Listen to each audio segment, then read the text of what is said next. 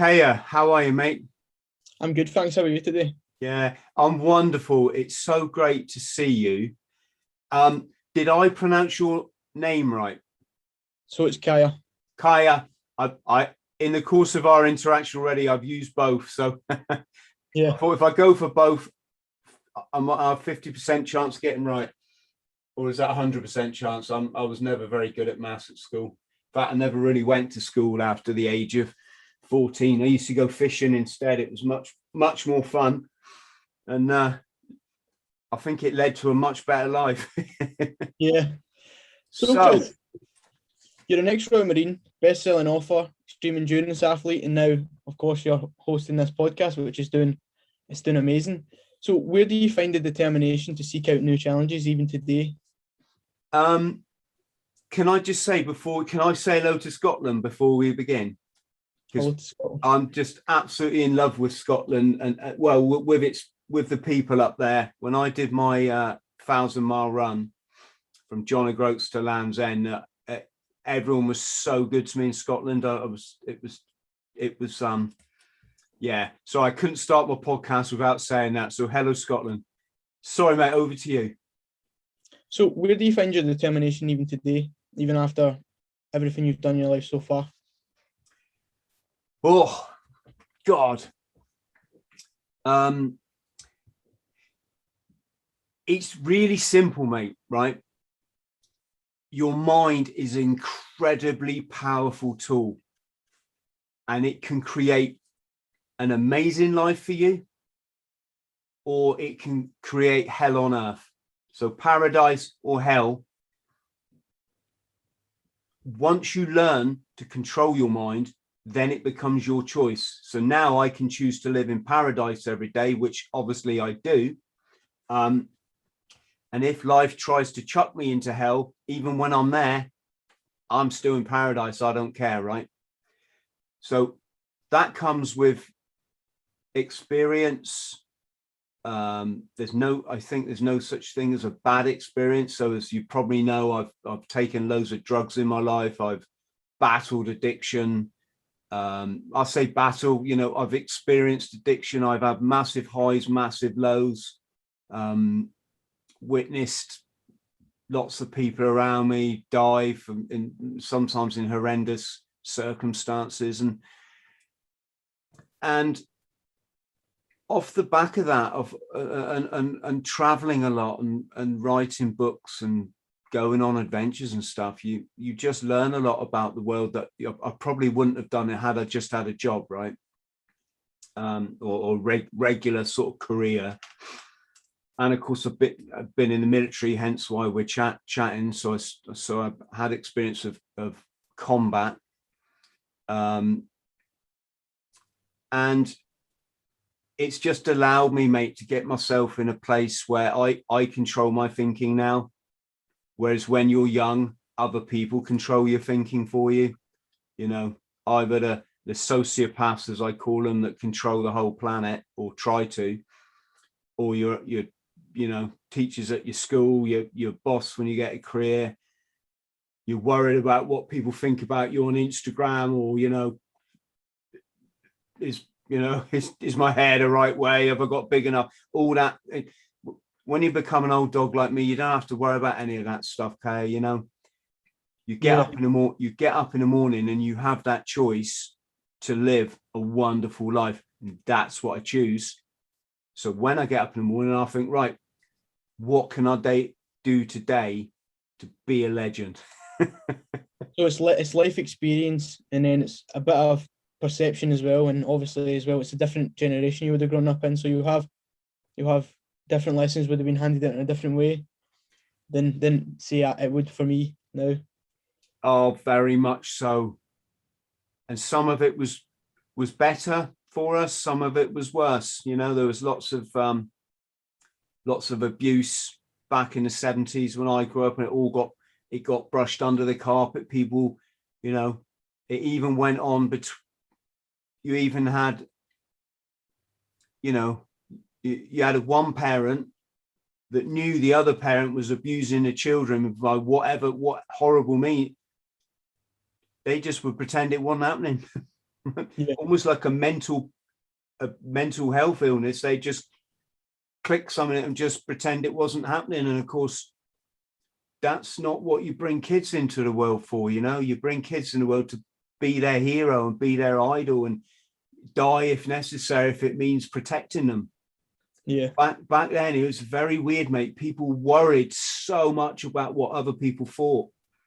And then we had the class system on top of it. So everyone was trying to like be someone they're not, or it was just stupid.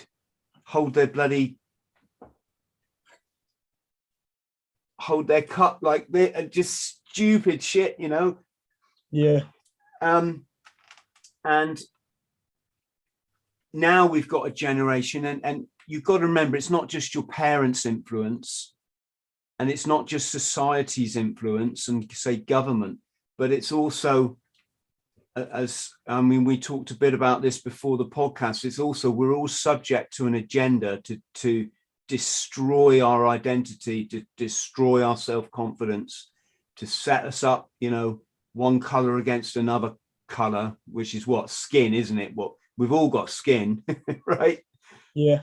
That skin, this skin's better, and it's just absolute. It's not just that it's nonsense, it's that it's an agenda. There's people that sit down and they plan this shit, right? I know it sounds like fucking tinfoil hat or whatever, but they've done it for a very long time. So what I'm getting at is your generation have really fucking had it hard, mate. Previous generations got sent to war by the sociopaths, and they died in their hundreds of thousands, and that went into millions. Now it's young people are being destroyed, not by being sent,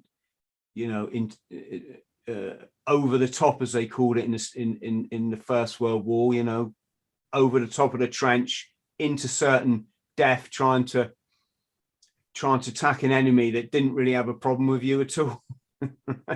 Yeah. Now, despite the last 20 years of illegal conflict that we've seen, there's other pressures on you, and it's coming in the form of social media. Suicide rate of young people has just gone, because you guys, I'm just saying this how it is, right? You probably listen and go, what the fuck is this old twat going on about, right? And that's fine, mate. That's fine. It's called growing up. But there will be people going, do you know what? I've started to work this out for myself. So I'm speaking to those people, Kaya, I'm speaking to those people because they might be struggling in life like I did for many, many years. They might push themselves to the edge of drugs and addiction and find themselves in near-death situations like I was. And they need the truth. And my parents' generation, they didn't tell the truth. They told their version of it to protect their own egos, right? Yeah. Now, all this social media stuff, it's yes, there are uses for it. You want to call your mate Dave and go for a pint, you just get him up on Facebook or Instagram or talk, whatever. There's that, or someone that, I can keep in touch with my mates in Australia, just like that. And I've got some people that I really like down there, and that's a nice thing. But on top of that, you've got all the psychology, haven't you, of social media? Yeah. What's this person thinking? Have I said the right thing? Oh, I put that photo up the other day. Is that going to come back and haunt me? Because, should I put this photo up? I'm looking a bit fat, to be honest. No, I'll tell you what I'll do. I'll get it on Photoshop and cut that belly off. There's a lot of stuff you guys have got to consider, that we just went out on our bikes. Yeah. I'm getting Andy Ruffle on my podcast soon. He was the British champion of BMX in everything, freestyle racing, absolute hero. He used to jump his bike over a tennis net without even a ramp. He just could hop it over, right? And we went out on our bikes all day, mate. We set up jumps that now a parent would go, you ain't doing that, you'll break your neck, son. We did it. We went jumping off well, I know that's quite popular now, but you know, we swam in the rivers. We'd go out at 9 in the morning, 8 in the morning. We didn't come back till it got dark. We didn't take a drink with us or a Gucci little bottle with a funny lid. We didn't, you know, have a phone and like mummy's got our number just in case and daddy's got our number. And then we push this and we get through to the police station, push this, Bob the builder's going to come and rescue this one for fireman.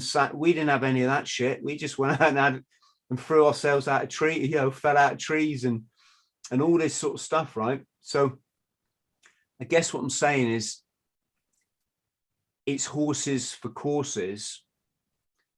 And sorry, that's not the right expression. It's different times. But what I will say, and I know some people listening now know what I'm talking about, when you look out the window and see what's being done to your generation now, you are literally having your freedom stolen from you, right? No matter how hard my childhood would have been, or growing up, or being in the Marines, or trying to find my way in life after, I had freedom. I could go where I want, when I want, and no one could tell me I couldn't. If I wanted to get on a plane, whenever, you know, sometimes I just rock up at the airport, go, yeah, I'll can I have a ticket for Thailand, please? And I'd just go, right, with a little backpack, right? What's happening now is it's like it's moving into another phase of this, what I call the agenda, right? Social control, loss of liberty, loss of freedom of speech. The language is changing. You know, you have words like social is put into stuff when what they mean is it's the complete opposite of social, right? Yeah. You have words like oh,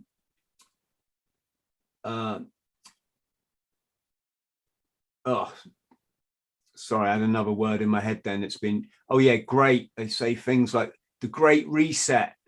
No, what they mean is it's just the next stage of their plan to fuck you over, you know, to change whatever it might be, tweaking the economy, in the media, to get people to accept the next stage of this evil plan, really. And so, yeah, you probably didn't expect that answer, mate, did you? No, well, maybe that's what people that come or might come to your channel, maybe that's what they'll get. They'll see the societal pressures, the social pressures, if you like it.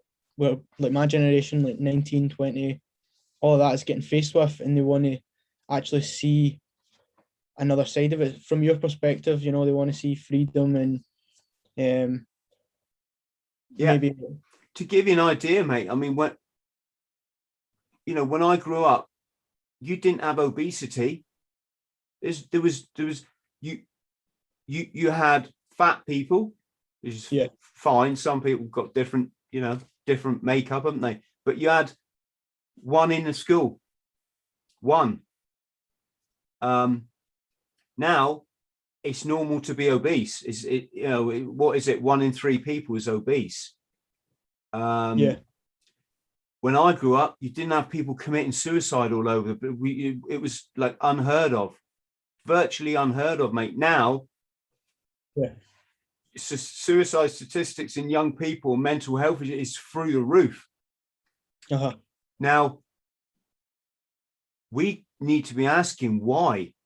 If everything we're doing and all this bloody technology is so great for us, which I can tell you as a content producer or an author or whatever it is I am, it really isn't. I spend most of my day when I should be either with the people I love, having great experiences, or creating great content. No, I spend most of it typing shit to try to get into my bloody email account.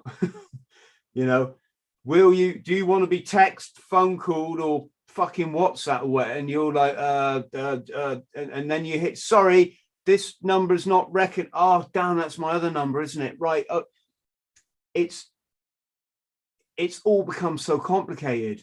You're so close together yet so far apart. That's kind of the way it is. You feel connected because you're speaking to someone on a device, but you're actually lacking the real human connection there, which is really a DNA, and that's what you need, you know. So that's probably what's creating some sort of mental barrier that people don't speak about as much.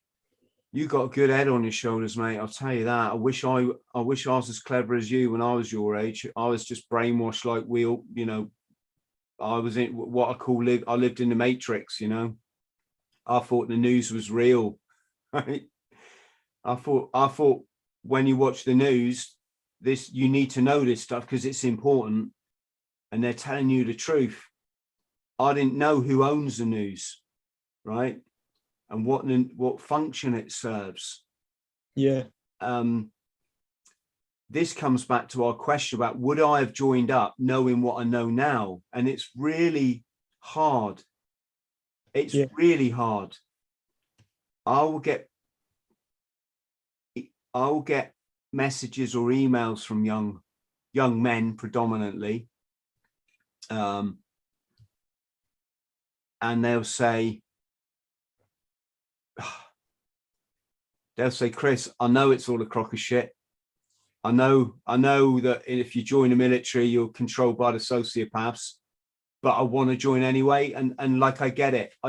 I would probably have been like that, right? It's really hard for me to have this conversation because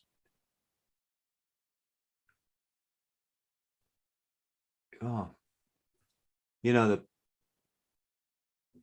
best thing in my life, in my young life, was joining the Royal Marines. Yeah. And I speak for probably all of us. I was living in my fucking car, for crying out loud, you know, homeless for the second time as a teenager. That ain't right. Yeah. How can that be right, you know? And it without doubt set me on a path that it gave me something. I don't quite know what, and I don't want to use cliches like values and this and that because I don't know. I don't actually know if it did. I don't know if all those commando ethoses, which sound brilliant on paper and probably great in combat, whether they actually sort of help you. But I tell you what does help you is the knowing that you can pull it out the bag. Yeah. Like, but then again, when you look at a lot of servicemen leaving the forces and you see how hard they struggle, some of them taking it, well, many of them, many people, I should say, taking their own lives. I mean, statistically, the suicide is probably quite small comparing to how many people leave the forces, right? But if that's 200 people a year, which it is currently, after all this nonsense that's gone on, that is just set to, I reckon we're going to see that figure fivefold at least. Yeah. Because of the lack of connection, you know, people who are mentally unwell, who are lonely, depressed, anxious, suicidal, are disconnected from society as it is. You imagine then the one person that they do like and they're not allowed to go and see them.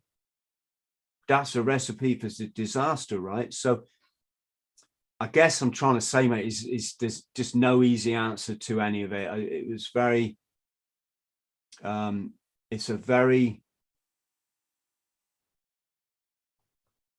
special thing to be in the forces. And it's kind of like, even you get older and you get wiser with the world and you understand what purpose the military really serves, you still got like one foot in that camp. If you're not, you get what I'm saying? You still got one foot there. And am I making any sense? Or so like, you take great pride in being a Royal Marines Commando. It's obviously it would stick with you. It becomes such a big part of your identity. But once you've been there and done it, once you've got the green lid and you have life experience, you start to question a wee bit more. Is that basically what you mean? you start to see things a wee bit differently as you get older. Yeah, massively. Most people don't learn history, right? They learn a bit at school about Henry VIII or some stuff, and that's it. When you've only got to learn a bit about history, research a bit about what was the Vietnam War all about, Second World War, First World War, all this sort of stuff, to get a real different narrative to one that Hollywood want you to believe. And naturally, when you learn that knowledge and you look at, then you can apply it to world events. So when you got people telling you that you've got to believe in the bogeyman in this country because of all that, and you're like, yeah, really. I mean, it's just the same narrative trolled out. I think they call it problem, reaction, solution. So the problem is evil dictator in this country going to kill us all in our beds in 50 minutes, right? That's the problem. Because people, for the most part of their lives, they stay in what's called the left brain, i.e. they don't develop the right side of the brain, which connects you with the universe. They stay in the left side, which connects you to mainstream media. They then react, problem, reaction. Oh my God, we got an evil psycho going to kill us all in our beds in 50 minutes. What do we do? And then, of course, these people come up with a solution, don't they? Well, we bomb their country into the Stone Age. Well, it actually was in the Stone Age. We'll bomb it back into prehistoric times. That was sort of the problem. Oh, by the way, we're also going to steal all the oil. We're going to implant a puppet dictator of our own, or a puppet president at least. And isn't that a great part of the world for growing opium? Right, massive drug market globally is one of the biggest markets. If you can control that, then you're going to get super wealth, and of course, wealth equates to power under this system. Where do you look for? Do you ever have to look for strength outside of yourself, or have you got enough inner strength? And do you have any methods or tips for getting through struggles, and getting past anything that could be considered a setback? Yes. So let's take our scenario then of a young person who wants to join the Marines, shall we? It's a good enough example, isn't it? Number one, I fucking forbid you to listen to anybody else if they're being negative, right? You don't compare yourself to anyone, even a Marine. You can do this, right? When you set out on your challenges in life and your goals, and you want to smash your bucket list, everyone's going to come out of the woodwork and tell you can't do it. I don't know why some human beings are like that, quite a few human beings. You got to ignore that. You got to have the belief in yourself that you can do this, right? Because you're going to get people go, oh, my mate tried to join the Marines, and what it was, right? He used to run 30 miles before breakfast every day, carrying 20 kilos. Then he used to do 500 push-ups. Then he used to do 9,000 pull-ups. Then he used to swim with the sharks for 10 miles. And you're going, yeah, really? What? And he failed? You think, oh my, you are, well, you've been there. You've probably started hearing this already, haven't you? Been where? Well, you're thinking of joining the Marines. Yes. I bet people have already tried to put you off. Yes. I bet you already been thinking, am I tough enough for this? Oh, of course. I bet you're already thinking, could I make it through training, right? And I'm just here to tell you, yes, you can do all those things, barring injury, a serious injury. You can do all of those things. That it's the mind that generally gives up first. So, that would be my first bit of advice. Ignore the naysayers. Just forget about them. Don't waste your energy worrying what other people think. Don't compare yourself to anyone. You get some real tough guys join the Marines and they're gone within a week, right? Yeah. Because their mind isn't in the right place. And you get a little guy like me who, I think I ran about 4 4-milers before I joined up. I think a lot of us were like that. You know, we didn't really put a massive amount of training in. I would say I was always good with the upper body stuff, just so no one tries to join without doing anything. I mean, I could do loads of pull-ups when I was a kid. Running was always abysmal. I was a terrible swimmer, but I just went and joined, and lo and behold, the toughest guy I knew, as I joined, he left training. Yeah. You know, he used to go training with a Marine. He used to live on a Marrow Quarter estate or live next to it. So he used to go and meet the Marines when they finished work and go running with them, and they trained him up. You just thought this guy was a dead certainty. This guy's going to get the green. Nah, within a week he was gone. All the cadets, the Royal Marines cadets that joined our troop, they all went, right? Something maybe to do with being a colour sergeant in the cadets or a major or something, or whatever it is you can be. Then joining Linson and being at the bottom of the ship pile and not being able to handle it, or maybe it not being the experience that they thought it was going to be because they've been right. I'm not saying that some cadets don't have a great career. I'm sure many of them do, but the ones in our troop, certainly one of them was in, I think there was one of them in my room. He was gone pretty much straight away. The guy that joined up with a tattoo. Yeah. Guy joined up. He had the Globe and Laurel tattoo already on his arm. You'd think that would be a big enough reason to stay in training and get a green beret. And no, he left at week 15. So he's got the Marines tattoo on his arm for the rest of his life. And he didn't, he didn't pass out. So I'd say that for fitness, you want to be enjoying it, right? It's not about being a Superman. That's all nonsense. They just want normal lads that won't give up, right?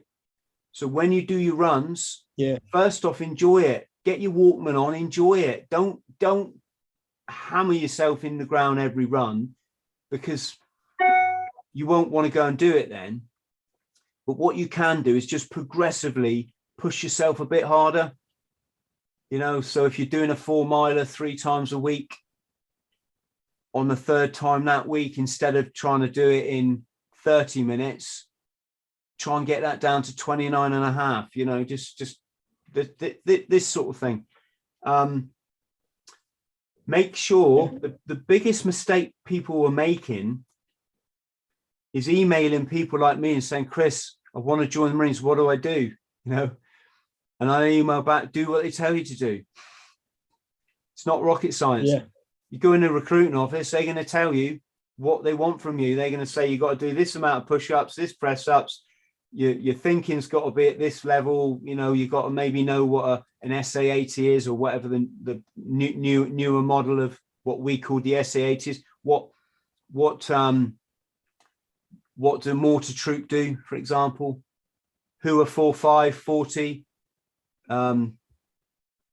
4.2? Almost forgot my own unit there, right? You know, what do they do? Where are they at the moment? Are they in Belfast? Are they in the Middle East? Are they doing a peacekeeping tour of somewhere, or are they on a training? You know, just to show that you've got an interest in the Corps, that you've learned a bit.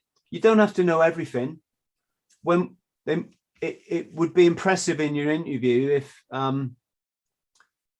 maybe you knew when the Corps was formed, so 1664, that they used to be sea soldiers, so they were an army regiment that were put on ships to defend the British Navy, this sort of stuff.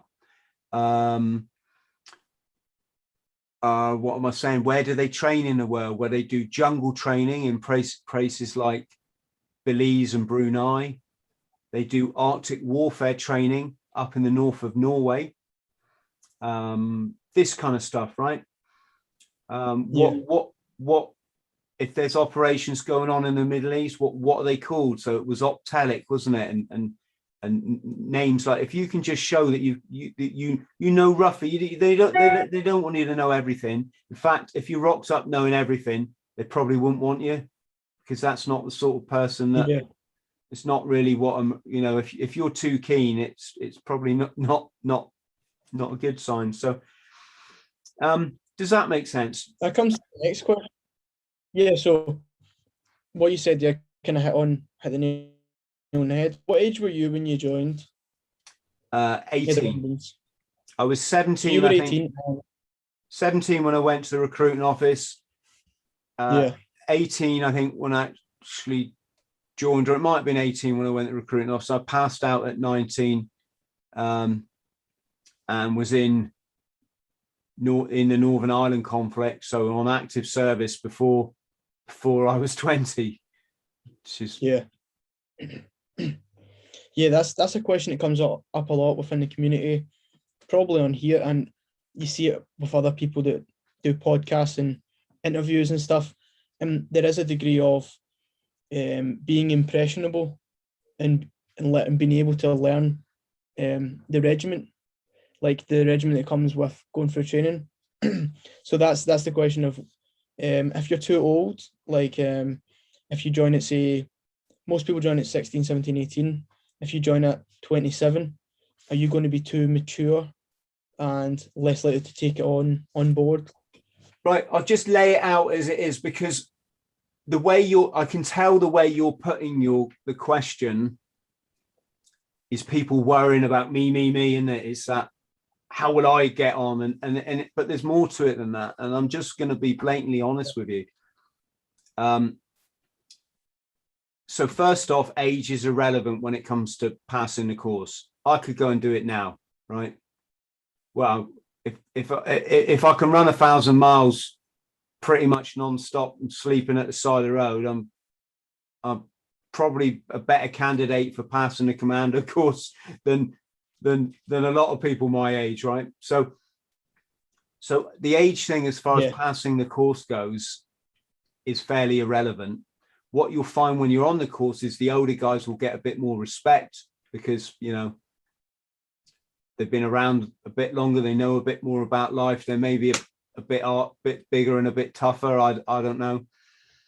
Some of them will likely have military experience, whether that's through the TA or they were in the army before, or something, or this kind of thing. What else am I saying? So that's that. The older guys will get a little bit more respect from the training team, simply because if you've got a 23-year-old corporal, he's not going to be talking to what's the age? Is it 34 now or something you can join to, isn't it? I think it's 31. Yeah. A 22-year-old corporal is not really going to shout at a 31-year-old guy who's married with 3 children. I mean, I'm not saying they get special favors, not at all, but the Marines operates a lot on respect. You'll find that, you know, a please and a thank you in the Marines will get you a very long way, especially if you say, thank you, chef. Right. Top tip for you. Thank you, chef. Right. Always thank the chef, and you'll get treats come your way, especially if you're on ship and it's a Matlow chef, because the Navy love their Marines, right? Sorry, that's just an aside. But so from that, there's that perspective, but it's deeper than that, isn't it? A 31-year-old person is going to be slightly more enlightened as to the way the world works as a 16-year-old, aren't they? 16-year-old wet behind ears isn't really going to know a lot. To them, it's all about good guys and bad guys and let's save the world. Whereas the 31-year-old knows it gets a bit deeper than that, doesn't he? And I get it. I get asked it a lot. Chris, I really want to join, you know, I want to join the Marines, but like, I'm just working for the sociopaths, aren't I? And I'll just say, well, haven't you just answered your own question? Haven't you, you know, you're asking me, but I think you just want me to go, you know, and it's hard. Like I said before, I wouldn't want to put anyone off joining. And I don't think the issue lies with It doesn't lie with the servicemen and women in this country who are all willing to lay their life down, you know, for security. It's what they called in the previous wars lions led by lambs, you know. You know, this is the question. Everybody knew, well, anyone with any intelligence knew why we was going into Afghanistan and why we're going into Iraq, right? And yet we still went. How that is the question we need to be answering, is it how have they still got that much power that when people go, nah, this is wrong, nah, that's not our fight, it's not this, it's not because of, you know, let's just say certain events that happened back then that you'll be too young to remember. That's all horseshit. This is, yeah.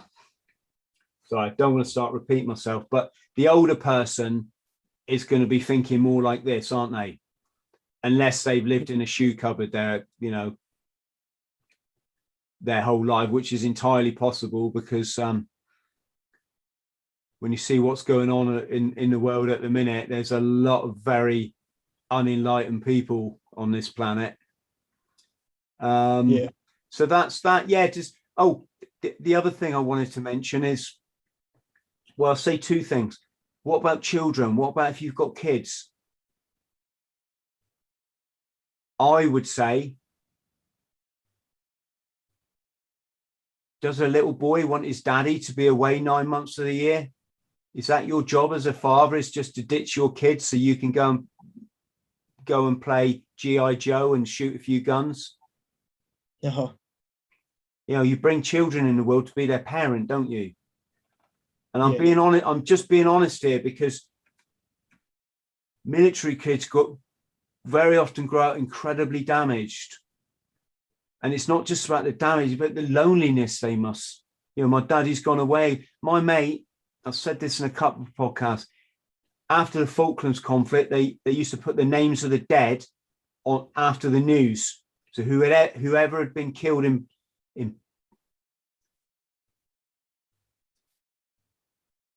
whoever had been killed that day, their name was on the news, right, that evening or the next evening.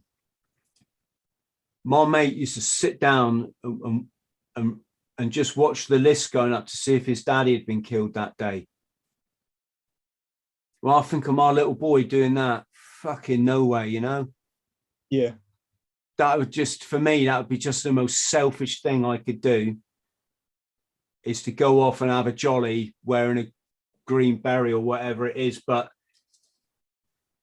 mean that he doesn't get to see me what might be 9 months there, might be longer. My mate committed suicide because his missus left him, because in 2 years of marriage she never saw him, right? Guy I shared a room with in the Northern Ireland conflict, gassed himself in his car, you know. I remember when his missus left him, she's leaving me, Chris. She says, I never get to see you, right? And well, that's an adult that can't handle it. How's it supposed to be for toddlers? And so that's something that I say to people. They message me and say, Chris, should I join up? And they got a picture of their kid in the back. And I'm like, what? Why would you want to? I get it.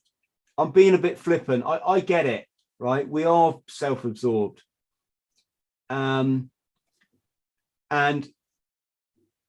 we are all a bit selfish at times, you know. It's why I sort of really focus hard to cut drinking out my life, mate, you know, because I'll be having a binge and then just remind myself, hang on, you're a father. Like each time you do that, you're shortening your life by X amount. I don't know what it is. So I'm fine to have a drink. I'm not saying it's not right. Takes you off that beautiful level that I was talking about. It knocks you right down off that. You will feel bad for a few days, but putting that to one side, this isn't like a lecture or anything. But as a parent, you have to ask yourself questions, because whatever you do will affect that young life for the rest of their life, right? You go leaving them for 9 months a year. Don't you be surprised when they end up lying in the gutter, suffering with drug addiction, you know, battling homelessness, not being able to fit into society, losing job after another. It's you're putting them through trauma at an age where they're too young to have any say in it, right? And yeah, I know there's probably people don't want to hear this, but I'm sorry, I don't represent you. I represent young people. It's why I'm a youth worker, you know. I represent that child that doesn't have a voice in this. And I'm not judging anybody that goes off and is in the military and has got kids. And, you know, servicemen have children. Some of them have 3 children. Some of them grow up incredibly well balanced, perfectly fine. It's okay. But I'm not talking about them. I'm talking about the ones that get damaged, right? Or the one whose parents doesn't come back from war, or this sort of thing. So that is an additional factor of people joining when they're older. And the final thing I'll say on that subject, Kaya, is you don't have to join the military. You don't have to join the Marines. You don't have to prove yourself to anyone in the world. I know it's important, and it was important to me when I was young. But if you don't get in, my advice to you is the second, for whatever reason, you don't get in, or you fail a medical, or you get into training and then you either have to leave for whatever reason. Maybe you decide it's not for you, or you get injured, or your training team says, sorry, Chris, this ain't a career for you. And they will do that, you know. I wrote about that in my book. If anyone wants to read it, it's a funny story. In my in my book, I wrote this book about my 999-mile run. And there's a story in there about Hanson. We're on the parade ground in training. We're about week 2 or something. And the DL, Corporal Smith, says, right, men, up to attention. So we were having a fag break. We all stood to attention. It's right. Hanson, prove. Means put your hand up, right? Puts his hand up. It says, Hanson, report to the team office now. So Hanson trotted off. And Corporal Smith just turned to us and said, right, take one last look at Hanson, men. Hanson is a teddy bear. And there is no room in the Royal Marines for teddy bears, right? And someone asked me if that's a euphemism for gay. No, like soft. He was a soft lad, right? He's gentle, and that's fine.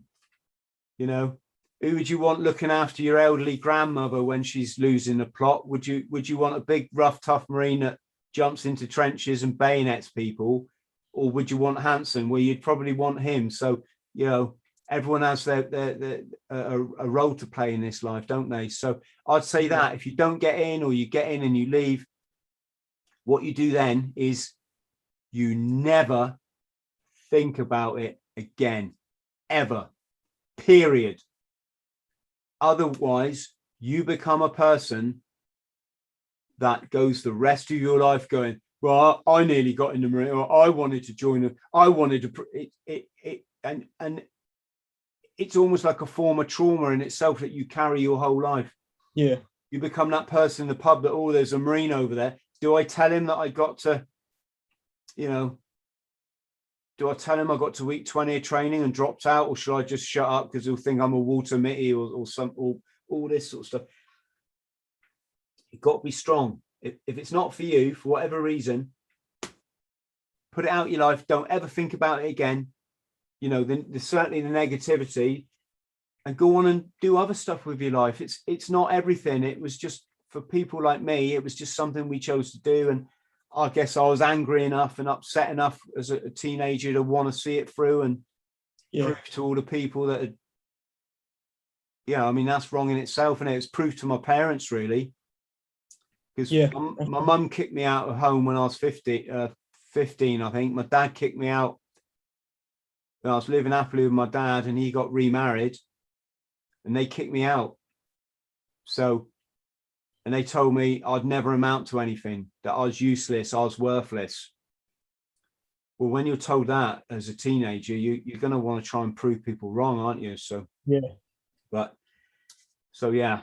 Well, taking that mindset in practice, I do have your first memoir here. It's brilliant. Of course, I'd highly recommend it. So, obviously, you've been in the Marines, and then after the Marines, you went to Hong Kong, and you faced one of your probably your greatest challenges there. So you had crystal meth addiction, and you came back from it. It's not to be looked at as a negative thing. Things like that happen in life, but you looked at your mindset and practice that you'd already developed before that, and your outlook in life, and you decided that that wasn't something to hang on to. It wasn't going to determine your future.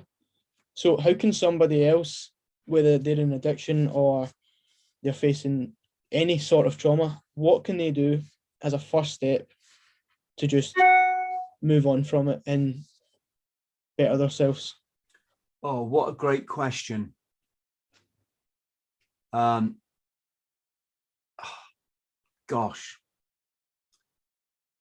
First off, and this isn't me trying to sell myself, because I do most of my stuff for free, believe it or not.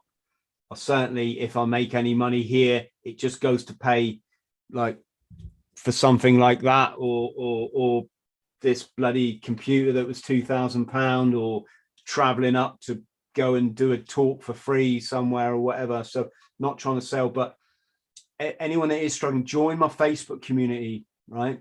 Bit of positivity there. We don't let wankers in, right? People start posting shit. That's not what there's too much of that in life now, right? We want truth, we want love, we want honesty, and most of all, we want to smash this one life, right? Or join my Patreon at warrior level. I think it's $9.99 a month or $8.99, depending on whether you're on YouTube or Patreon. And we have a monthly life coaching group, and we just support each other, and we talk about all the nonsense that's going on and all this sort of stuff. But for the person listening now, remember, you are perfect, right? Irregardless of what you might be going through, you're perfect under the universe. You have just as much right to be here as everybody else on the planet. Okay. Nature loves you, believe it or not.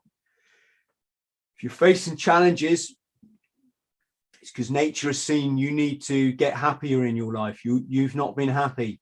You might not have known it, but you've not been happy, and nature wants you to be happy. So it's giving you this challenge to get you thinking, to shove your face in the dirt a bit, to kick you when you're down, just like Marines training, right? But really, it's doing it for your best interest. It wants you to rethink things. And such as some of the things we talked about, what other people think, care, or do, it's not your business. Don't worry about them. Right? I got an expression in my life: there's us and wankers. Right? I think I got it off Harry Enfield. or was it Oasis? I can't remember, but I love that expression. It's just the notion that there's lost sheep out there that just go around creating misery and havoc and upset and judging people and caring about what fucking clothes they wear and all that sort of stuff. And then there's real people, the kind, generous people, thinkers, and these people tend to be the ones that battle addiction, and because they've been through a lot of trauma in their life. Trauma is the driver of addiction, not drugs, right? This is a common misconception. Drugs is just a plant that grows in the dirt or a chemical made in a factory, right? That can't make you into someone that experiences addiction. That it doesn't work like that. What creates addiction is generally childhood trauma, right? And so if you're experiencing challenges in life, it's because from a very young age you've been told you're no good, or you've been smashed down, or you've had to see stuff that children shouldn't see, and your mind was too young to make sense of it then. Now you become an adult, Mother Nature decides you've got to make sense of this, because otherwise, if you don't, you're going to go out in the world and make silly decisions. Yeah. You're going to go out and be an egomaniac or a left brain thinker, or you're going to think that buying a Mercedes is going to make you happy, or you're going to be on social media, being a fucking troll or whatever it's called, right? So nature breaks you down. And with my case, it broke me down through the addiction, which is way harder than getting a green berry, way harder. It doesn't even compare, right? Limpston compared to addiction is like a holiday camp, right? And when you come out the other side of it and you get your answers, you'll just enter a place that you'll never want to go back. So remember your love. The universe loves you. I love you. Many people like me love you. Just come and join one of my community groups if you don't believe me. You are loved, right? You have as much right to be here as anybody else.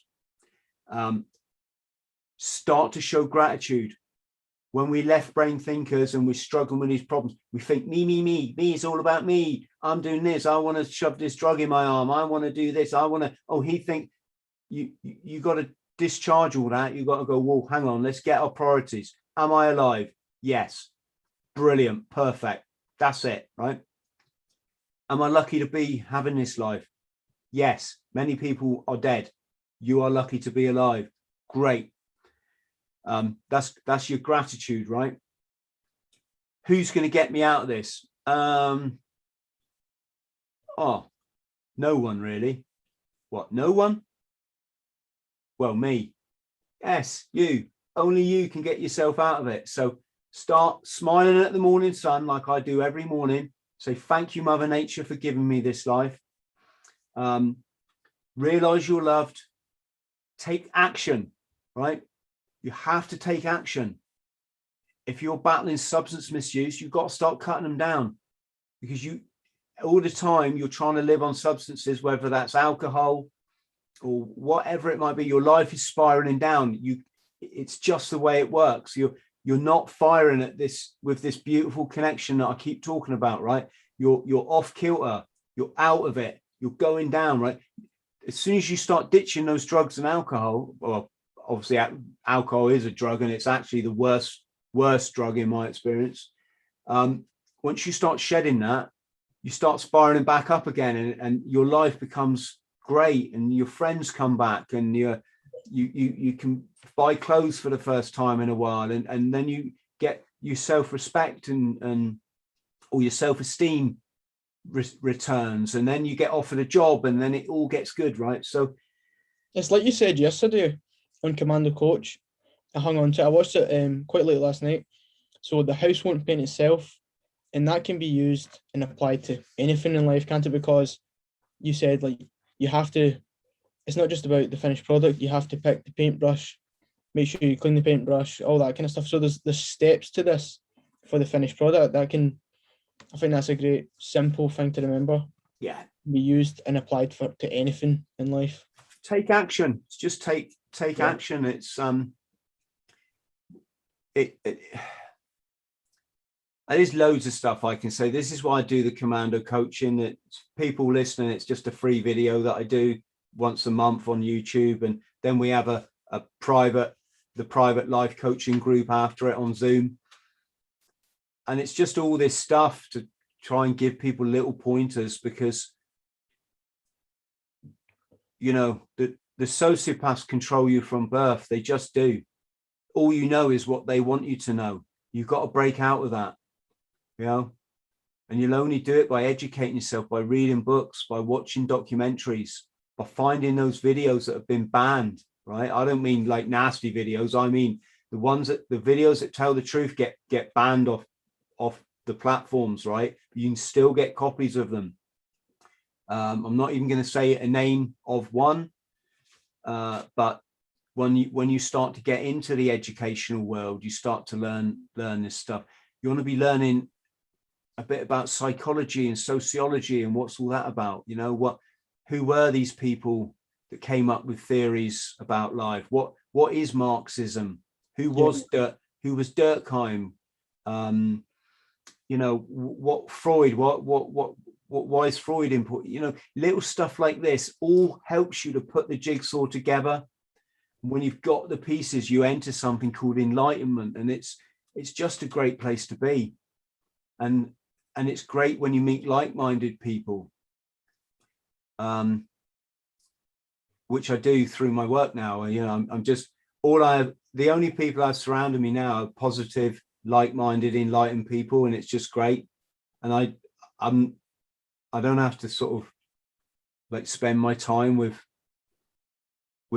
negative people, and which was like having a job for me. I didn't being in a career, having to work with people that you wouldn't really choose to if you had the choice.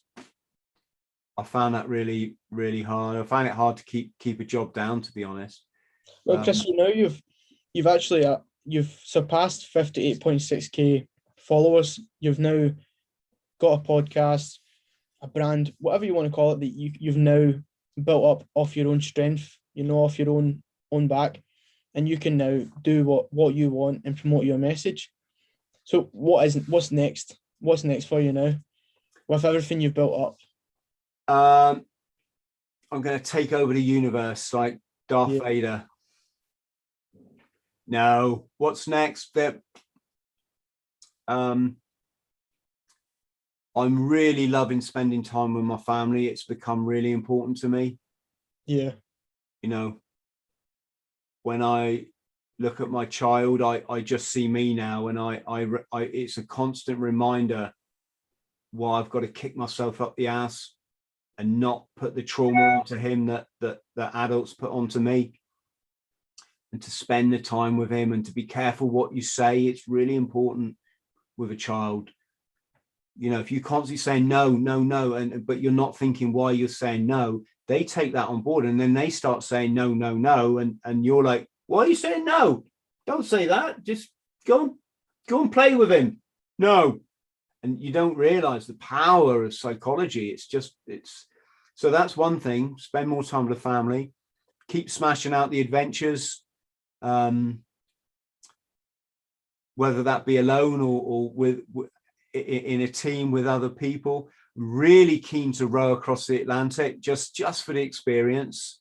Yeah. I really wanted to climb Everest, but again, when you've got a child, you've got to weigh up, is that a selfish decision?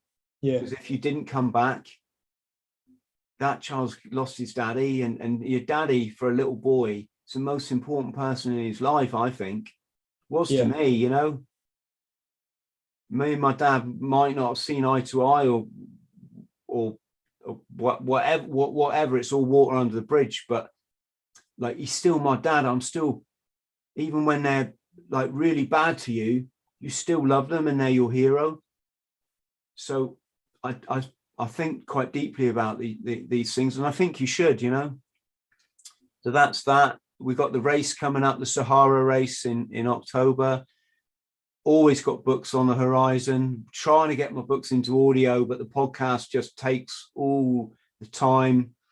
Trying to look for some whiz kid really that can help me on the podcast and get lots of the small stuff done that I want to get done. Get a lot more clips and stuff out there, but and just keep loving this beautiful life, mate, because we only get one of them. It's soon over, which is fine, because you can't go anywhere, believe it or not. Yeah.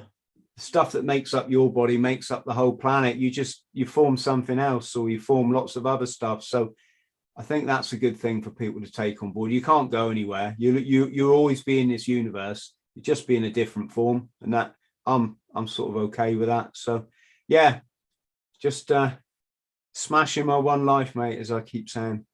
So you've created a fine balance and an incredible life experience that you just use to promote now. Now you're in an advisory role. You're promoting the message that you either have now got or you wish you had earlier, and you're giving it to others. And of course, you've just got a simple tagline of one life, smash it as well. Yeah, it's a powerful message. Yeah, it's I'm not perfect, mate. Do you know what I mean? I do still do freaking stupid things, make bad decisions. Yeah, but it's not about that for me. It's about where your mindset is when you're doing these things. You know, when your life isn't going the way to plan, where's your mind? My mind's always looking at it from a detached perspective, going, well, Chris, you shouldn't have done that, and as a result, it's put you here. So you've taken like 10 steps backwards, but I still love you, son. The universe still loves you. So come on, pitch up, make a couple of changes, move on. Don't think about it. Bang. Whereas when I was young, that thing there, that would nail you. You know, you'd be pissed off. You'd be unhappy. I never got depression or anxiety until after I messed with drugs, right? Or after I experimented with drugs. So I can't say like I was depressed or anxious when I was young, although if you've been through childhood trauma, you've always got like an underlying anxiety. But when I was younger, if things weren't going right, you dwell on them and you don't know how to deal with it and you don't know how to take action, and they start to consume you, right? Now it's just it's too old now. Just I haven't got much of my, you know, I haven't got as many years left as I'd probably like. I ain't going to spend them. I'm not going to spend them depressed. I'm not going to spend them hating on people. I'm going to try to spend them with surrounded by the people that I love and that I know love me, really. And when that boils down to it, you can actually count them on sort of two hands. Maybe not including your family, but yeah. Wow. Does it all make sense? Well, Chris, thanks for promoting your message. I think we've talked about a lot today, a lot of good things that everyone can take something from, regardless of your outlook even. Yeah, and just remember, it's, you know, for people, if you're watching this on my YouTube channel, it's not about like liking or disliking. It's maybe everything I said today is completely wrong, right? I'm not going to argue with you. I'm not going to try and convince you, but isn't there merit in listening to someone that's completely wrong? Definitely, yeah. You know, isn't it like with this idiot on YouTube is saying this the other, he's like saying that we should eat eat more plants than meat. You don't know, in 10 years in your life, you'll wake up one day and go, oh my God, that guy on YouTube was telling me this 10 years ago and I laughed at him. I went, I'll leave that. He said something about, you know, the military and I didn't like it. And it's like, I just say, just think on it, folks, you know, just think on it. And I hope it can help somebody someday at some point in their life. It certainly seems to be helping a lot of people now, because one lad last night joined my life coaching group. When it came his turn, you know, for a chat, I said, you got any question? I went, no, I didn't come here for questions, Chris. Just wanted to come and say thank you. And yeah, so that's not a bad place to have your life, is it? No, definitely not. It's all about perception. That's what I've learned today anyway. Yeah. It's all about perception and outlook. So have you been to the recruiting office yet, Kaya? I have. So I passed the medical and stuff like that before. I got to the stage just before the VPGFT, and then I wasn't really in the place to go through with it. I just had more time to consider it, you know, because I rushed into the decision, and I decided I was probably physically fit enough, maybe a wee bit far off, but you need to consider everything, especially mentally. The decision to go there, regardless of how amazing it is, it's a big commitment. So, you know? Are you saying you've done the medical but not taken it any further at this moment in time? So I passed the medical, and then it was on to physical, and then from there, and I just decided I'll go back to it in about 2 years, and it was last year, so maybe next year, the year after. Yeah. So let me put this back on you then. How do you feel then about the role that you'll be going in? Bearing in mind, like what I said, I use the word sociopaths a lot, and by that I mean people that don't have empathy for other people. They couldn't care less whether you die face down in the mud in Afghanistan. They couldn't care. What they do care about is how much money you've made them when you're lying face down. How many bombs, bullets, and guns have they sold? What their shares are doing on the stock market? What position they've now got in their, in their company or their, society or organization. Is this something that you'd consider now joining up? I like to educate myself on both sides and just see past things, So again, I keep saying the word perception. So I'm thinking about how amazing it'll be proven, not even proven to anyone else, just proven to yourself that you can complete this long and hard course. So I'm just looking at the training side of it.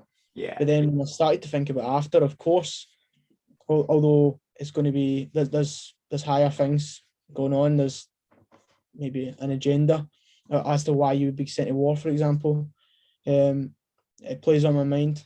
So before, I'm just thinking about training, but of course you've got to consider the bigger picture. So yeah, that's why I'm on the fence, because you need to realise what the role is. Yeah. I think when I joined up, I think when you're young, you just take everything one day at a time, don't you? Yeah. You don't look long term. When I joined the Marines, I wasn't thinking about going into combat or going to in our day it was the Northern Ireland conflict. I wasn't really thinking any about that. I was thinking, can I do those pull-ups? Can I do that run? Exactly. What's it going to be like sleeping under a canvas? Yeah. Mainly, I'll be honest, I think I thought about running in the squad, because that's kind of, when you think military training, young men, obviously Marines was just, I think one woman's joined the Marines, and I don't think any more than that have joined. So I always say men. So no offense to any women out there who are aspiring to become commandos, but yeah, I just thought young men, t-shirts on, denims, boots, doing the running along, singing the American, can't even remember what they called them, but left, right, left, right, left, right, left. I know what you mean. Yeah, that's the movies that give you that perception, though. Yeah, of course. Give you a very skewed perception, I think, really. Yeah. Full Metal Jacket. That's what I think of when you said that. Yeah, that's the thing. What you think, and you just think, could I get through it? And that's kind of the sort of limit of your thinking. But yeah. So I guess that's what we focus on when we're young, and that's maybe not a bad thing. Also, things, of course, they aren't all what they seem. I don't personally believe that anyway. I think most people would probably agree with that. So I've seen you speak in your channel quite a lot about alkalinity and the importance of alkalinity, pH levels and stuff like that as well. And yeah, Supergreens. You always have to get your Supergreens movie in. And you also talked there about developing the other side of your brain. And you hear people speaking about other things like the third eye, all of that kind of stuff. So how can somebody better prepare themselves to actually... So, sorry, what about alkalinity? What is the importance of alkalinity that you've found? Oh my gosh, this is one that leaves people who don't understand it a little bit sort of confused. I try and make it as simple as possible. Every living organism on the planet has a pH level, right? pH, right?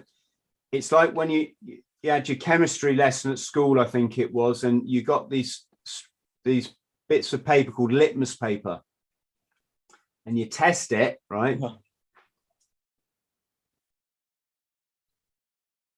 And it tells you the acidity or the alkalinity of whatever you're testing, right? And it goes on a scale from, I think the scale on that's written down here is 4.5 until 9. And and the result of the test will give you one of these colors And then you know the alkalinity of whatever it is you just tested. So you can test a cucumber, you can test your water in the toilet, whatever, right? It's irrelevant. But what is relevant is every living organism has a balance. It's called the fragile balance of nature, right? The ecosystem.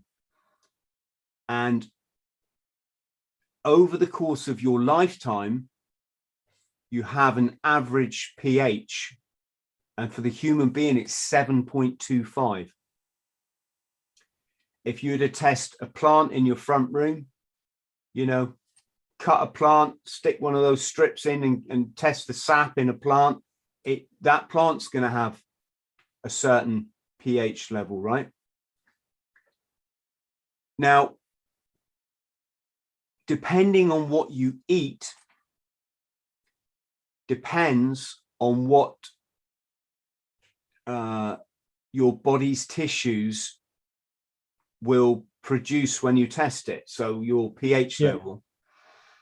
And if you eat too much of the wrong type of food, and let's just call that Western diet, or let's just call it modern diet, right? You will store up your body will be acidic, and you will store up this acid. Whereas if you eat the ancient diet, so what we would have ate when we were hunter-gatherers living in the forest, you know, sleeping in caves, this kind of stuff. So predominantly roots, leaves, nuts, fruit, you know, not the fruit we get in our supermarket, like mangoes that have got probably, you know, 150 grams of sugar in them. But the you know, for us Europeans, it would have been the old European apple, which is very low sugar rate. The stuff you get in the supermarkets has been bred to be particularly sweet, right? Yeah. Well, if you work in Africa like I have, yeah, you get mangoes and they are incredibly sweet, but they only come once a year. They're not there all. It's not everyone in Africa lives on mangoes every day, right? It's so. In short, we've come so far away from our natural diet to eating, like, let's call it the McDonald's diet, you know, where if you have vegetables, it's like 3 peas on the side of your plate, and most people leave them anyway, or a lettuce leaf, right? That green in vegetables is chlorophyll. Chlorophyll is energy from the sun trapped into our nutrition. It's Mother Nature's way of loving us, right? And green veg, all this sort of stuff that I've said, that it has an alkalizing effect on the body, right? Keeps you in check, keeps you what you should be.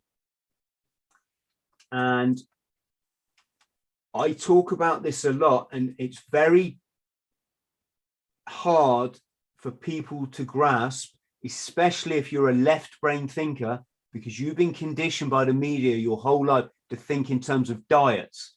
Can I eat this? Can I eat that? Should I eat this? Should I eat that? This is good. This is bad, right?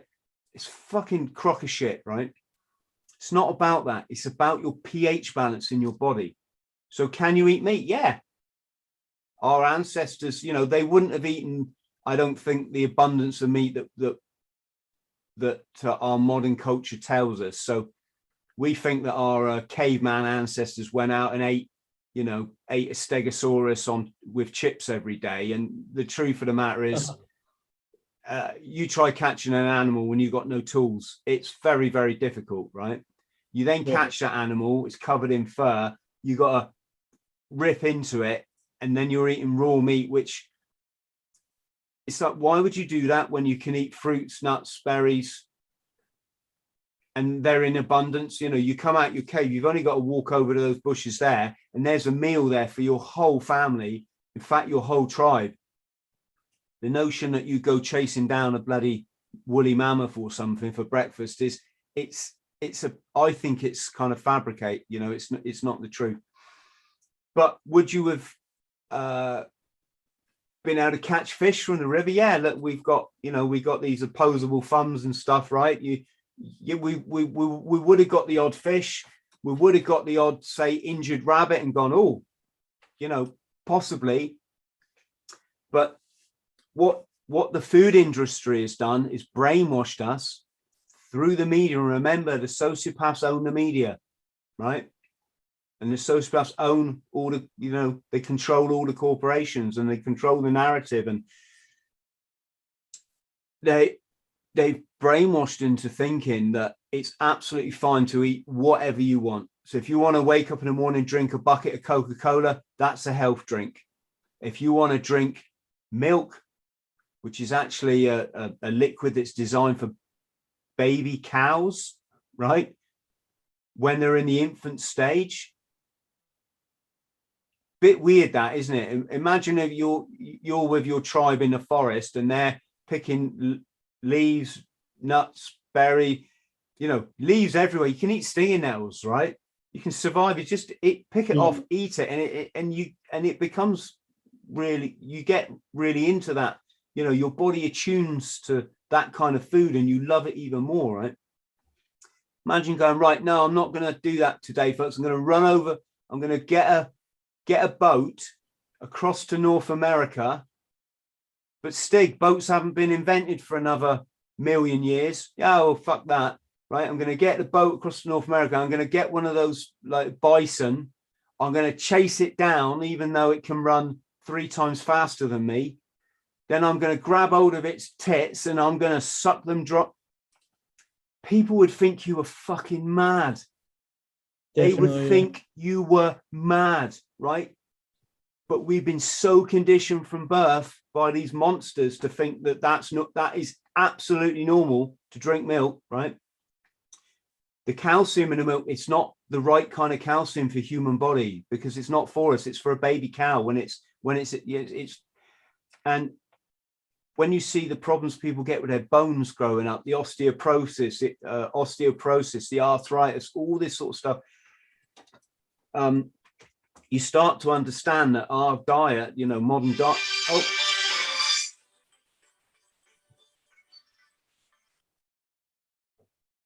hello, Mum. Yes, Mum. Yes, I am eating properly. Yes, I am washing behind my ears. Yeah, I love you too. Bye-bye. Sorry about that, mate. No problem. So in essence, this idea that modern humans are supposed to have a plate with a massive steak on it or 2, a big pile of chips or mashed potato or some other starch, and then 3 peas, and that you can eat that and there's absolutely no consequences. That's health food. That's just as, these stupid plant-based people, these vegans, and they're all idiots, right? It's nonsense, mate. That plate of food I just described, the starch creates acid in your body, right? If you have it in too much abundance, and so does meat. So what the alkaline diet promotes is you eat the meat, but you eat it in the proportion that our ancestors would. So very rarely, in small quantities, along with the starches, because things like potatoes, rice, oats, all those kind of cereal stuff. You imagine trying to go and pick those tiny little grains of corn or whatever to feed your tribe. You wouldn't have any time left in your day. You'd be like that, right? But because we got modern farming methods and we learned how to use tools, we can process this stuff much quicker.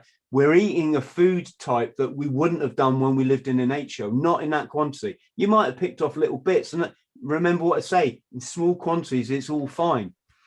So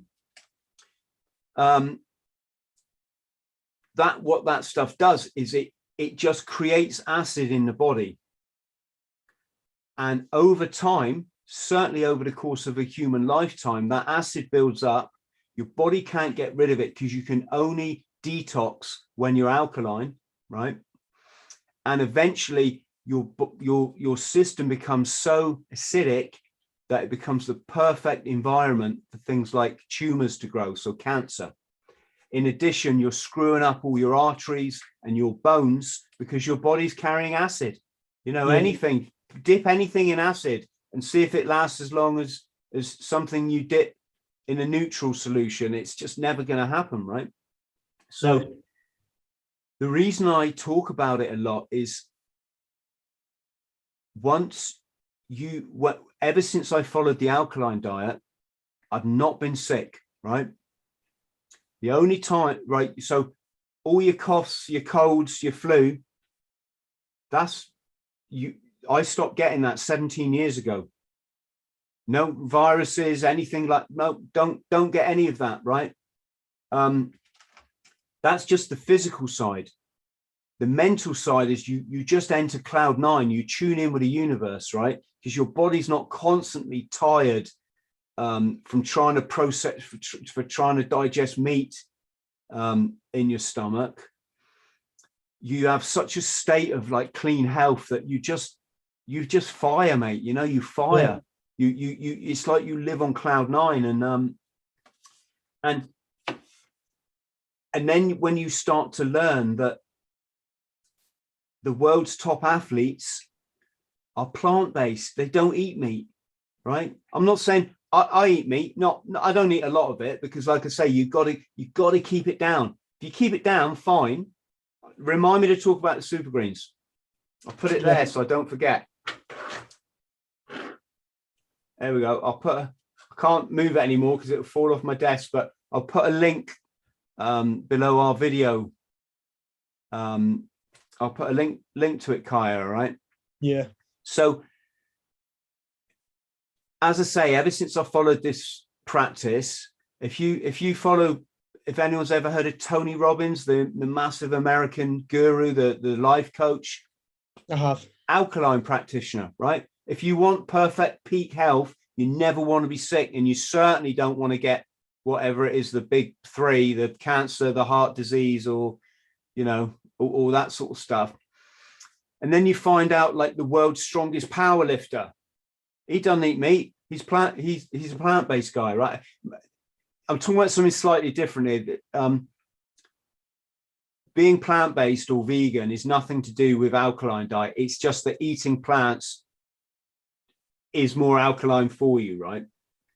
But I'm just saying this to dispel the myths about eating meat. Is then you learn the top thinkers on the planet, they don't eat meat, right? They've all recognized that meat is, especially in this like abundance that we eat it, slows down your thinking and it slows down your body. And there's not a massive need to eat it in these huge quantities, i.e. every day.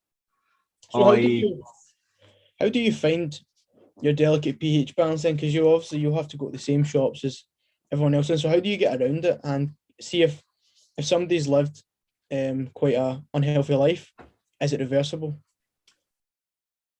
Massively. One sec, I'm just gonna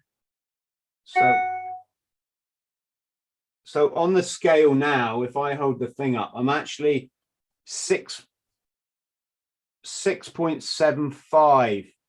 I was hoping to be more alkaline than that, because I had a big green smoothie with the green powder in this morning, but I don't know. Sometimes it's hard to tell because you can be detoxing and the acid's coming out of you, so you take a read it. But to answer your question, when I load my plate, rather than have 2/3 meat and potatoes and 1/3 veg, which is modern diet, you just do it the other way. You have 2/3 veg and 1/3 meat and potatoes. And as I said, I quite often just don't have the meat, right? It's just no need for it. Like, I tell you an interesting thing: if you don't eat meat, you don't need deodorant. When does anyone ever teach you that in school? If you don't eat meat, you don't have that horrible smell like your arms are rotting. right? Silly little thing, but Uh-huh. that must tell us something, right? So that's what I do. And obviously you can buy vegetables in any supermarket, right? You can get experimental, you can buy lots of cookbooks and stuff, and it's all fine. I don't really go too much into it. I kind of stick with what I know. But what I do every day is I have a green smoothie for lunch. So I've got a Nutribullet. I just cram it full of spinach, kale, cucumbers, very alkalizing. I'll put either a lemon or a lime in, or both, because lemon and limes, strangely enough, are the only fruits that alkalize you. The rest have got fructose in, which again, fine in moderation. But fructose, sugar, is very bad for you. It creates massive acid in the body. The acid in sugar is so bad it rots your teeth through, obviously. You know, you've got a vein, what do you call it? You know, you have blood going through your teeth, right, to service your teeth. Well, if your bloodstream's acidic, you've got acid going through your teeth all day long, right? Hence why you can get, you know, you can rot your teeth. That's why we always say we tell children don't have too much sugar, right? We don't explain to them how it rots their teeth, but this is what I'm saying now, right? So lemon and lime, anything, you put celery in it. I put some chili in it. I've maybe put some soy sauce just to make it taste a bit better. Like I said, don't put fruit, and you can, if you want to make it taste a bit, you can put a little bit of fruit in, because remember what I said, it's about the balance. It's not about being sort of extremist. But what I do put in is the Supergreens. And the reason I do this is modern vegetables don't quite have the kick that they would have done when they were organic, when we were hunter-gatherers. They've all been produced on farms. Even if that's an organic farm, the same soil is used year in, year out, every year, right? And it means that modern vegetables don't quite have the nutrients that they would have done, say, 1,000 years ago, and certainly 100,000 years ago. Remember, we ate from the forest, a natural ecosystem that's constantly leaves coming down, stuff growing up, constantly fertilizing itself. With loads of animals in the country. When Britain was basically forest, right? Squirrels were abundant, foxes abundant, badgers everywhere. And of course, what do they create? They create manure, and that then fertilizes the ground even more. Very different from what we've got now. So what the Supergreens does is it's a very rich form of greens, eating your greens. So 1 spoon of that is like having a plate full of broccoli. So that can make up for. I'll just read you the ingredient in case people are saying what's in it. I can tell you off the top of my head, it will be wheatgrass, spinach powder,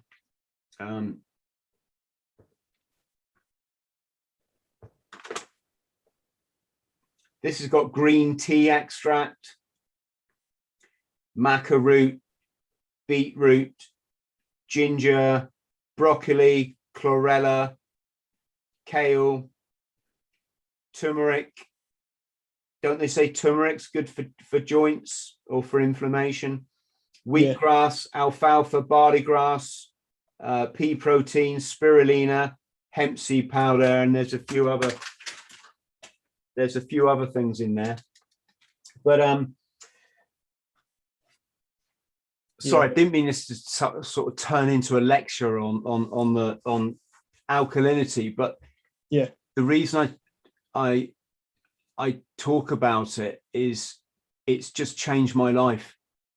I've gone from being a person that was ill 3, sometimes 4 times a year, like I see most people are now, you know, the coughs, the colds, the flu, blaming it on Dave in the office. Your body is the root cause of all ill health, right? Or a lot of it. That's important, because we do, as a human, you have control of some things, and some of those things are what you put in your body. So with you are still an extreme endurance athlete. I seen yesterday in Commando Coach, you're actually going to the Sahara in October, was it? Yeah, I'm entering a race called the Marathon of the Sands, the MDMS, or Marathon des Sables, to give it its French title. And that's across the Sahara. It's a week-long marathon running across the Sahara desert. Do you feel something like that? Say again, mate. How do you feel something like that, especially if you're also in a different country? Right. This is the thing about being alkaline, is I can afford to not be alkaline for a week or 2 weeks because my body will store up that acid, and then when I go back to my green diet, it just gets rid of it all again, right? And that, yeah. So for a race like this, obviously you're limited to dry food because you've got to carry all your food with you. So it will be your sort of survival rations that you can buy in the camping shops, that sort of stuff. Bit like what we had in the military, right? And that's fine. You know, for a week, it's not gonna hurt you for a week to eat that sort of food. So yeah, you buy it, you carry it all with you. You have to weigh it all out. It has to be a certain amount of calories, or they won't let you in the race. You can't just turn up with a Mars bar, for example, and you know, not eat for 5 days and try and win the race because you're not carrying as much stuff. So yeah, so that's that. As you probably know, I ran the length of the country. I ran an ultramarathon a day, every day for 37 days, the length of Britain. For my 50th birthday, I did 4 Ironmen in a row, right? And I'm not a fitness guy, right? I'm not like down the gym all the time or writing out calories or schedules, or all I do is I run around the block in the morning. I run 0.9 of a mile in the morning. That's all I do. When I get one of these challenges, I might just ramp that up a bit. So when I ran the length of the country, I did no training whatsoever, nothing. I've been disabled for 2 years with a bad back. So I couldn't train. I just literally went from being on a couch for 2 years to getting on a plane to John O'Groats and running the length of the country with a 15-kilo backpack, right? The quadruple Ironman, obviously I had to teach myself to swim because I wasn't really a good swimmer, and I had to swim. That was a 10-mile swim or a 9-mile swim, 450-mile bike ride, and then 108-mile run. All I did for that was I ran 3-milers about 3 times a week, and I ran 1 11-miler, and I only trained for 8 weeks. It's quite funny, actually. Entered my first triathlon. It was an Olympic triathlon. So that's a swim of a mile, 25-mile bike ride, and then I think it's a 5-mile run or something. I came last. Not just last, I came last by a long way. Everyone else had finished. My little boy's on the finish line going, when's my daddy going to finish? Right. And when I crossed that thing and I came, like they were trying to get me to stop. They're going, sir, could you just drop out now, please, so we can all go? I'm like, look, if you want to scrub around my medal, I don't care about that. I'm not dropping out. It's not going to happen. I'll just finish it on my own. But they were very gracious and they gave me my medal. So at that moment I said, right, in 8 weeks time, I'm going to do 4 Ironmen, or so back to back. So, or, you know, an Ironman distance, I'm going to do 4 of them. And in 8 weeks, I did 8 weeks training. And it's like I say, because I'm alkaline, I can approach things a lot more aggressively because my mind and my body are working perfectly.